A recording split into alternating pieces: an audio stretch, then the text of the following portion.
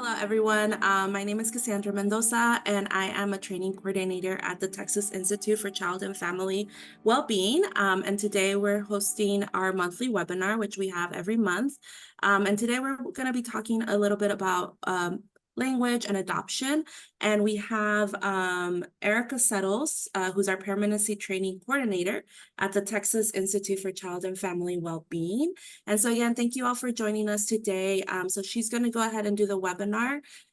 Just a reminder, if you have any questions throughout the training, there's a Q&A option. So please feel free to use that as a way to submit questions. And then at the end, we'll go ahead and get those questions answered. And then afterwards, we'll also share a little bit of information about our other trainings and our upcoming other webinars as well. So again, thank you, Erika, for being here today. So go ahead. Good afternoon, everyone. Thank you, Cassandra.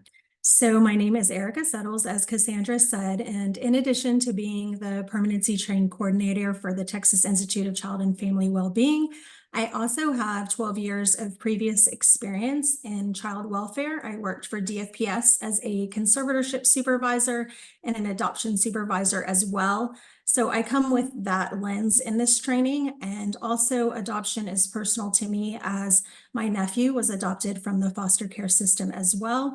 So I utilize that lens as well. So today's webinar is Words Matter, the impact of the language we use. And of course, it is specific to the language that we use in adoption. So our training objectives today are to learn about the Words Matter Adoption Language Guide and to discuss the power of language and your role in making positive shifts. So when discussing language, it's important to have a common foundation. Using appropriate language in adoption is essential to promote empathy, respect, and understanding among all individuals involved in the adoption process. So it contributes to creating a supportive and inclusive environment for biological parents, for children who are adopted, and for parents who adopt. So using appropriate language acknowledges that adoption is complex. It helps us treat all involved with respect and dignity. It helps us avoid stigmatizing individuals because of their life experiences and demonstrates respect for the diversity of beliefs surrounding the adoption experience. So when discussing diversity of beliefs, it's important to recognize that the adoption experience feels different for the biological parents, feels different for the child who is adopted, and for the parents who are adopting as well. So it's important to choose language that considers all of the individuals involved in the process. And most importantly, using appropriate language supports the identity formation in children who have been adopted. So here at the Institute, we have developed an adoption language guide that you'll be able to access on the website in the near future. And today I want to introduce you to the concepts in the guide to provide an understanding of the language shifts that we may need to make when speaking about the adoption experience. So just as language isn't static and it changes over time, the guide might be changed and updated as well. So why are we even having this discussion? Why is language important? Well, words have power. So with a single word, we have the potential to immediately impact how someone feels.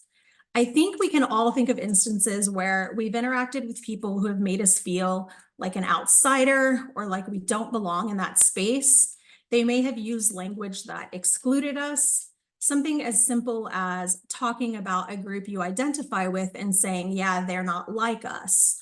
Or they may have used stereotypical language or assumed something about us because we belong to a particular ethnicity or a culture or a religion.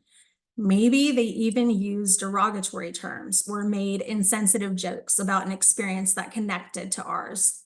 Or maybe their language just alienated us and made us feel like we're not one of them, with their group being superior to ours. But we can quickly tell the difference compared to entering spaces where those make us feel at home and like we belong and like we're welcome. It could be as simple as someone saying to you, "We're so glad you're here." And then they show you that they're glad because they ask you about your ideas, they listen to your opinions, And maybe they even implement what you say in the work that they're doing. They may ask you your preferred names or pronouns. They avoid stereotypes and they're curious. They want to talk to you about your experiences. So the language people use towards us reflects how they think about us. And that's why we can get the feeling of belonging or the lack of belonging. So in the same way, the words that we use to define youth and families influences our thoughts and perceptions of them. And our thoughts and perceptions of them influence, of course, how we treat and respond to them. So as a child welfare professional, you potentially interact with families on a daily basis or at least a regular basis. You may be a caseworker in the field who's building connections with children in the foster care system or with their parents, or even with providers connected with them who are making decisions or recommendations about their futures. You could be a kinship worker who works directly with families. Or maybe you work at a child placing agency where you support individuals who are fostering or adopting. In that case, you're working with parents whose behavior is going to impact the children and families involved in the child welfare system. So it could impact if they make connections with biological families or avoid them. It could impact how they treat and respond to the children in their home, of course. Maybe you're a foster parent or someone who wants to adopt or adopting or has adopted. And in that case, you're directly impacting the children in your home by the language you use. And even if you don't have direct practice experience with families, you could be in a position of power where you're making decisions over their lives and futures, maybe as a supervisor, a program director with DFPS, an attorney, or a judge. Or it could be that you're not connected to the child welfare system directly, but maybe you work in places where you come across children and families who are involved in the system. So that could be as a clinician or a social worker or a school counselor, a teacher, a probation officer, or even someone who works in a social service office. So pretty much any one of us, even those in the general public, can come across someone who has been involved with the foster care system or who's adopted. So it is important to recognize that how we speak about families impacts how we think about them, how we perceive them, how we treat them, and potentially the decisions that we make regarding their lives if you are in a position to do so. So the language impacts how youth and families see themselves. So the families that come into contact with the foster care system often come from marginalized communities. They may already feel disconnected from mainstream society. They often face struggles like poverty and food and housing insecurity. They may lack adequate support networks. They confront challenges every day that affect their self-perception. So being involved with the child welfare system adds another layer of internal shame, as they might feel judged by society for their circumstances. So they might feel labeled or misunderstood, and all of that compounds their feelings of isolation. So professionals enter their lives typically because something in their family isn't functioning optimally, and the focus of all of the work that they're doing is on those perceived deficits. So it's those deficits that are being highlighted consistently in their lives. Now, if all of that isn't challenging enough, youth and families involved in the child welfare system are facing everyday life challenges that literally have the potential to impact the outcome of their entire lives. And I want us to think deeply about that for a minute. So imagine that you are a child and a single choice you make today affects whether you get to stay in your home or whether you have to pack up only your clothes and a few of your belongings and move somewhere else. That one decision can lead you to have to start over, and you now have to go to a new home, except nothing about it feels like home because home is familiar and comfortable and this isn't that. Professionals around you are telling you it's okay, it's safe here, but you don't have any way to immediately determine that for yourself. There's so much unknown because of your single decision. You have to learn the ways of a new family. They may not look like you. The routines in their household might be different. They don't even eat the same foods that you're used to. Something about the bed you're sleeping in doesn't feel quite comfortable. You stare at the ceiling at night and you feel a little bit scared. And while trying to adapt to that new home, you have to wake up and try to fit in at a new school. Your friends aren't there anymore. That one teacher who paid special attention to you when you were having a hard time is gone. And you have to make new friends now. You're adjusting to a new neighborhood with people that may not even share your same life experiences. And that is only a glimpse of what it is like to be a youth in foster care. Now let's look at it from another angle. Imagine the kids you gave birth to don't live with you. They were abruptly taken from your home, and no matter how much you yelled and protested, they were taken to live somewhere else. You don't get to cuddle with them every day anymore or make their favorite foods for them. You spend night after night alone and you have a hard time functioning because of the sadness. And while you're struggling to cope with that grief every day, you're trying to overcome substance abuse and stay sober, tackle all of the trauma you experienced as a child in therapy. And a single choice you make at the hardest time in your life impacts if your children get to come back home to you or not. And that is only a glimpse of what it is like to be a parent involved in a child welfare system. I think we can all agree that is a lot of pressure to be judged by on a daily basis. Let's personalize it a little bit more in case it still doesn't make sense. Like, think about maybe your hardest morning with your family. Wasn't your most glamorous moment. You didn't make the best choice in how you spoke or acted. You definitely wouldn't want a coworker to have been a fly on your wall. What would it feel like if a professional in your life were able to enter your personal space and make judgments based on how you acted that morning? What would it feel like if those judgments impacted you and the relationship you have with your kids for the rest of your life? Those feelings and that perspective is how I want us to enter our space today as we explore the impact of language and how our language impacts how struggling youth and families see themselves. So we want our language first and foremost to heal, not harm. The youth and families we work with have experienced an exponential amount of harm in their lives. We often focus on the harm we perceive parents have inflicted upon their kids, but what about the harm parents have experienced in their own childhoods, from caregivers that they've had in their lives, even from the systems that they've been involved with? So youth safety is absolutely important, and I never want to minimize that. But our language impacts the safety and well-being of everyone involved. So we don't want to unintentionally use language that perpetuates negative stereotypes. We don't want to further exclude youth and families, and we don't want to cause them further harm than what they've already experienced. So we want our language to uplift, to promote respect and dignity, to build self-esteem, and to show families they belong. Now, when it comes to language, there are some things that we need to consider. So language is fluid, and the terms people use change over time. Words take on different meanings for different people, and as we learn new concepts, our language also undergoes transformations. So there are plenty of words that we once used in our society that we would no longer use today.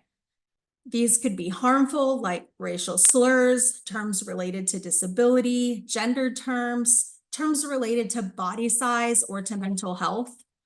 Or it can be less serious and words related to specific generations like groovy or rad or hunky-dory. Point being that words change over time. So how do we decide what language we use? Well, it's important to honor the language preference of the person who has lived experience. So in this case, we want to honor the preferences of those who've experienced adoption. Using the language that they prefer shows that we listen, we value the unique insight they have to offer, and we support their right to define their experience using their chosen words. So inclusive adoption language moves away from using public or even professional terminology and shifts to using the language of the person with lived experience. So this would definitely involve a discussion with the individual you're speaking with or about, as it can vary from person to person. So just because one person prefers a specific word doesn't mean another person with the same experience will want you to use that word with them. So let's break this down. For example, there are some people who have been adopted who call themselves adoptees. They feel like it highlights their unique experience. It's an experience that shapes them for their whole lives, so they are okay with being defined by it. And it also gives them a shared experience with other adoptees. However, there are other people who've been adopted who think the word adoptee calls them out as being someone different in their family. They may think it diminishes their identity and reduces them to like a specific experience that happened in their lives, and they don't want to continuously be defined by that experience. So to be inclusive, we want to respect the language that the person we are speaking with the lived experience prefers. So if this is new to you, it may seem a little bit complicated at first, but when you break it down, it's as simple as being considerate of the person you're speaking with, just as you would want someone to be considerate of you when they talk to you. So inclusive adoption language requires a thoughtful and sensitive approach. So we want to be intentional about our use of language. We want to make sure that it considers and respects those involved, which includes youth and their parents.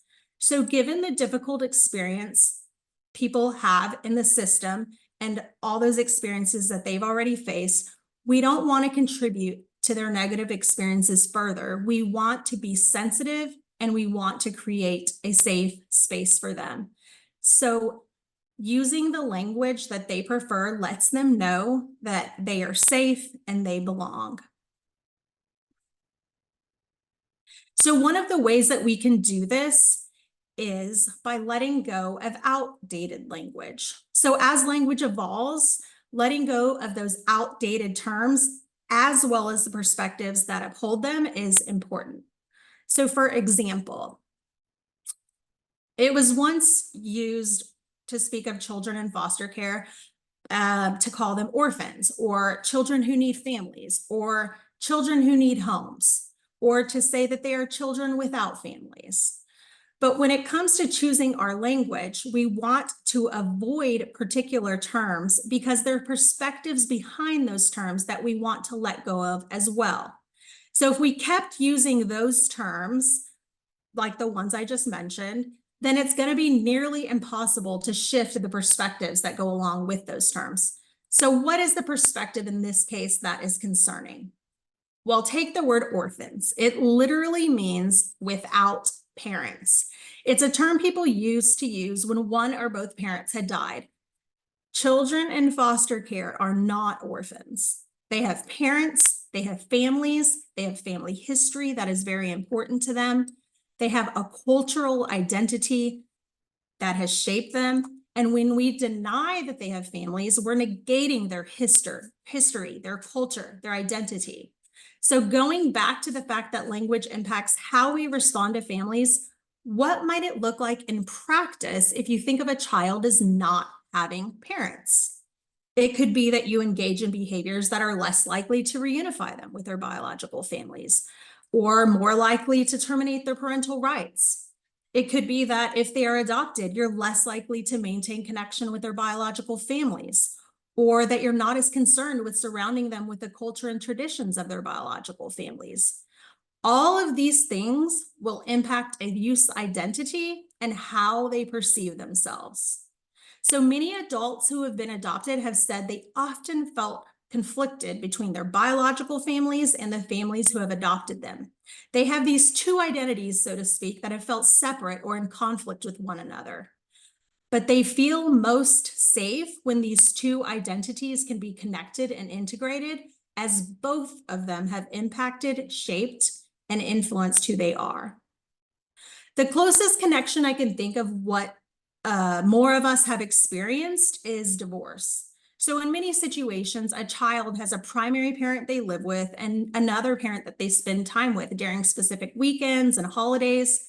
Now, if their primary parent is using terms that devalue the other parent or vice versa, the child is going to take it very personally. It's going to impact how they view themselves because that other parent is part of them as well. So maybe a parent who adopts doesn't speak ill of the biological parent or devalue them directly. Maybe child welfare professionals don't devalue them either. However, by not including them in the life experience of the child who has been adopted, it has the same effect. So we want to make sure to use terms that don't exclude a part of the child's identity. Another concept we can let go of is the idea that we have to keep children safe or we have to save children. Reducing adoption to the notion of saving children oversimplifies the complexity of the process. So adoption involves grief and loss for birth parents and for the children who are adopted. Families who adopt are facing challenges as they navigate building new family connections, so it is not as simple as saving.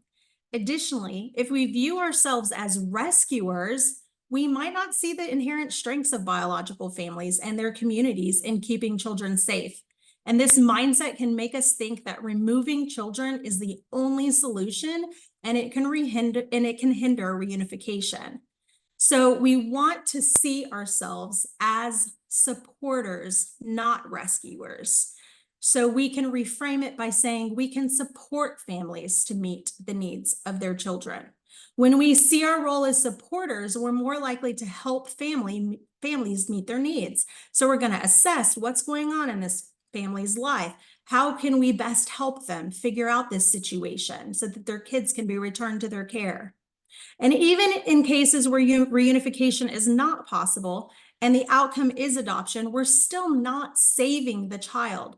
People adopt because they want to be parents. And just like all parents, they're fulfilling a child's needs for love, for belonging, for connection. So saying a child needs saving is implying that they're a problem that needs to be fixed. You wouldn't give birth to a child and think this child needs to be saved or fixed. No. As parents, we're asking ourselves, how can I best support my child? That question doesn't change when it comes to adoption. So inclusive adoption language is also person first or person centered. And person first language highlights a person's identity over a situation that's beyond their control. So we've talked about some of the ways that those involved in the child welfare system experience a lack of control. They have people involved in making decisions for their lives on a daily basis, and they might feel powerless in a lot of ways.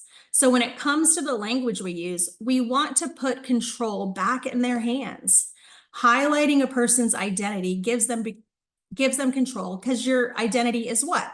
It's what gives you agency over who you are and how you define yourself. So to really understand this, it helps to explore what it is that shapes our identities. So think about your personal characteristics, your personality traits that make you amazing, your gender identity, your race and ethnicity. Think about your hobbies, your interests, your talents, those things in your life you love and couldn't imagine life without.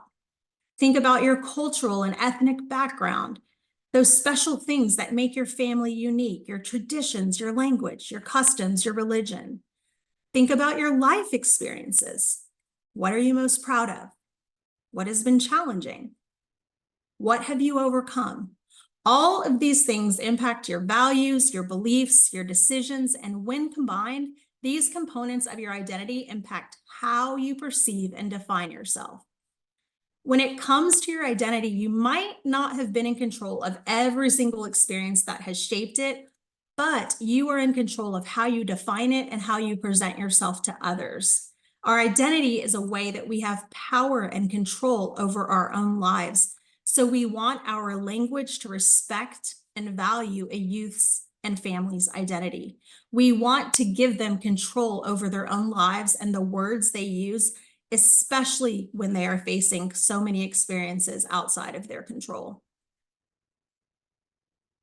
So one way we can use person-first language is by avoiding the words foster child, foster youth, foster kids. Foster care is an experience the youth has in their lives, defines where they live, but is not the only thing that defines them. They're children first with hopes, goals, and dreams. So it would be more appropriate to say a child in foster care. They are a child who has experienced foster care, or they are a child within the foster care system. This highlights the child before their experience. So let's take a moment and think of one of our own challenging life experiences that maybe isn't within our sphere of control completely. And ask yourself, what would it feel like if people labeled me by that experience every day?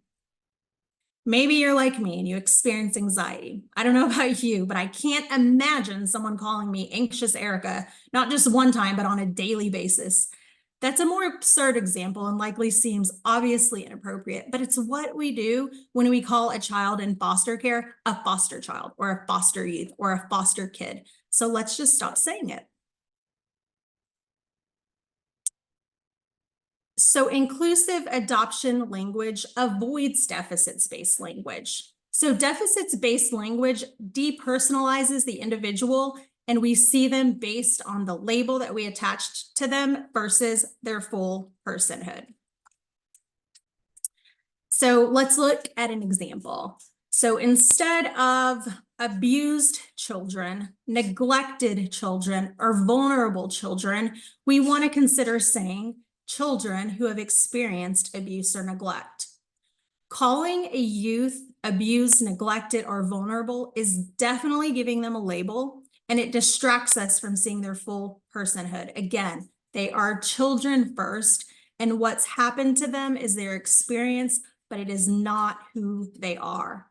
They are kids with likes and dislikes, hobbies and interests. They have values and goals. They're resilient and resourceful.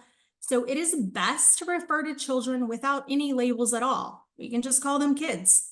If we need to discuss their experience, we should always highlight that they are children first, utilizing person-first language.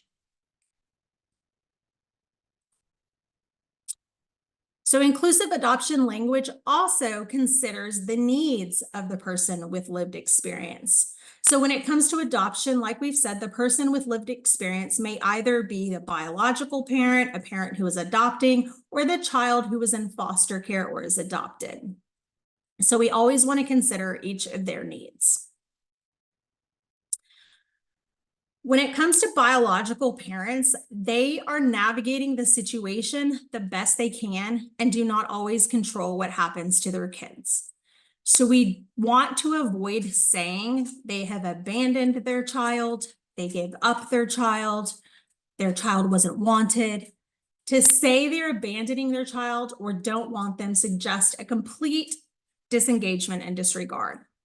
Parents typically love their children and they want what is best for them. They've experienced trauma and struggles in their lives, and that has impacted how they view the world, how they view themselves, and of course, it has impacted the skills, the tools, resources, and the support that they have to raise children. So we want to consider saying instead, they've surrendered a child for adoption, or their rights have been terminated. Saying that is more accurate and it sticks to the facts regarding the situation.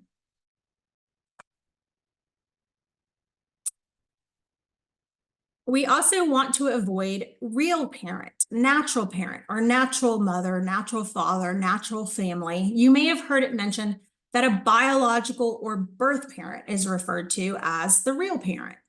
Or it could also be that you've heard the parent who was adopted referred to as the real parent. Using the qualifier can stigmatize the adoption experience, though. So the person who was adopted may feel like the parent who adopted them is not their real parent if we say that. It could cause the parent who adopted to feel like they aren't the real parent and make them feel like their impact in raising their child is lessened or not as important. if we refer to the biological parent as the real parent. If you call the parent who adopted the real parent, it can cause the birth parents to feel like their role wasn't important.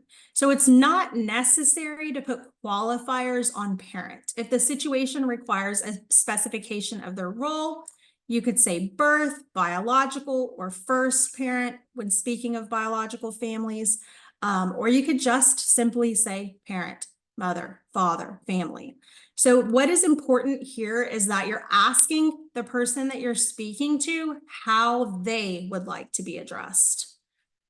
I do want to point out here, though, that sometimes kids who are adopted at an older age may refer to their birth parent as their real mom or their real dad. And it's important for professionals and parents who adopt to refrain from scolding them for using this language, because they are just trying to navigate their adoption experience. They're trying to make sense of things.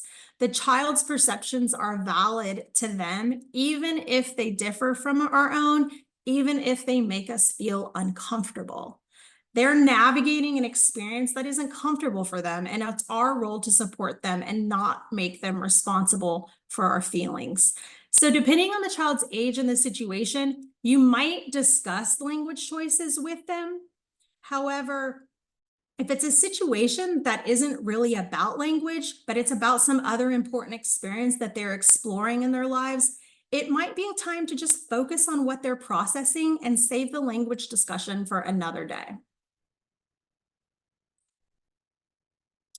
Other terminology we want to avoid consistently saying is adoptive parent or adoptive mother or adoptive father.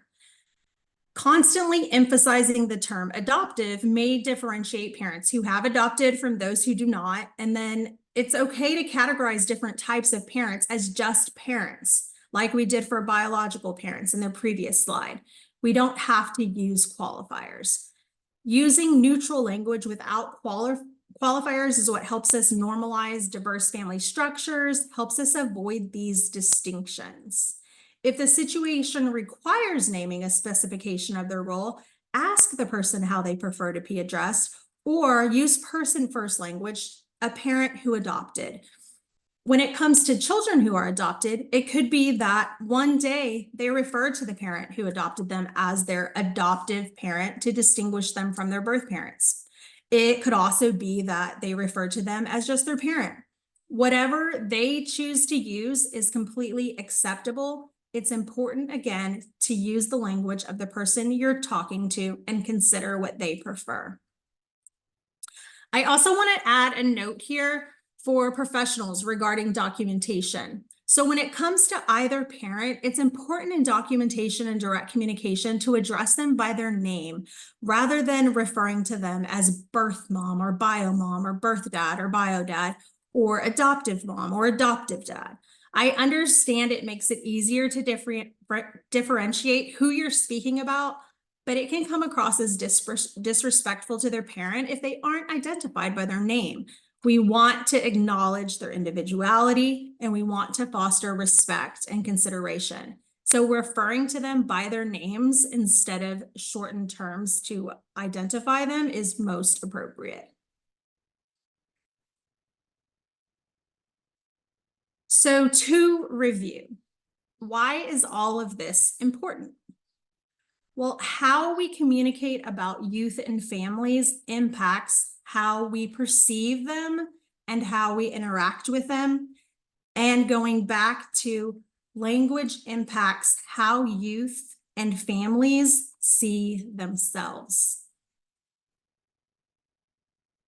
So these guidelines provide a general framework for language use, but it's essential to recognize that individuals with lived experiences might use terminology outside of these suggestions. They may even use some of the terminology that we aren't recommending. So these are just general guidelines, but those who experience adoption need people in their lives who respect them enough to take the time to understand them. And respecting the individual with lived experience means that we use the language they prefer during interactions with them. So if you aren't sure what term to use, which can be the case, it might feel confusing at times, just ask. So asking could be as simple as, I heard you refer to yourself as an adoptee earlier. Is it okay if I refer to you as an adoptee when talking about your experience? And they might respond with, yeah, that would be okay. Or they may say, no, I only use that term to define my own experience. Or maybe they're not sure because they've never thought about it, and that would be okay too. Another way to ask is, I heard you refer to your parents who adopted you as mom and your birth mom as Leah. Is that what feels most comfortable to you when I'm talking to you about them? So it's important to just focus on what makes them feel most comfortable, clarifying when you don't understand, asking questions, being curious. It's also important to note the language you use may differ within the same family context. So to break that down, a parent who has adopted, they may refer to the child as my child, integrating them into the family unit. Of course, that's their child. However, the child may grow up developing relationships with both families, and they might choose to refer to that parent as their adoptive parent. Another child in the same situation may call the parent who adopted them mom or dad. An older youth might call their birth parents mom or dad. So we don't ever want to correct a youth in this situation and put our language preferences or what makes us feel comfortable on them. We don't want to make them change their language for our benefit. They are making sense of their adoption in their lives, and they are using terms that make sense to them. So we want to respect the terms that they are using. So it's important instead to be sensitive to individual preferences and consider that there's diversity in how individuals who are adopted express their family connections. So it's important to just be curious and ask questions. It might be challenging if this is your first exposure to inclusive adoption language, but I want to leave you with the thought that it is okay to make mistakes. The important thing is that we are committed to learning, that we are willing to adjust our language as needed, and even taking into account that this presentation today isn't the end all be all. It's the beginning of a conversation, and it is still open to change as we learn more and as we evolve and as our language undergoes transformations. Some of the information we discussed today might not be as valid in the future. The important thing is considering the person with lived experience and honoring their preferences and how they are communicating their family relationships.